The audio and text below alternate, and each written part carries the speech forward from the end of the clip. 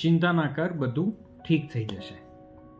આવું કહેનારા ઘણા બધા લોકો આપણને મળશે અને આવું સાંભળવામાં બહુ જ સારું લાગે છે. જ્યારે આપણે ડિફિકલ્ટ ફેઝમાં હોઈએ, ડિફિકલ્ટ સિચ્યુએશનમાં હોઈએ અને કોઈ પરિસ્થિતિ એવી હોય જેને આપણે ચેન્જ ના કરી શકતા હોઈએ, ત્યારે આપણને આવું કોઈ કહે ને કે બધું બદલાઈ જશે, ચિંતા ના કર, સમય બદલાઈ જશે, બહુ જ સારું લાગે. અને આવા લોકોની જરૂર પણ છે આપણે. આઈ એમ નોટ ટેલિંગ કે આવા લોકોની જરૂર નથી, પણ એ લોકો તમને કાં તો આશ્વાસન આપી શકશે, કાં તો પ્રોત્સાહન આપી શકશે. પણ તમારી જે પરિસ્થિતિ સર્જાઈ છે એને બદલવાની જવાબદારી માત્ર ને માત્ર તમારી છે. એ લોકો તમારો સાથ આપી શકશે, થોડેક સુધી આપશે, પછી એમની પણ એક લાઈફ છે. કદાચ તમે એમની પ્રાયોરિટીમાં લાંબા ટાઈમ સુધી નહીં રહો, because they have other priorities, they have other goals.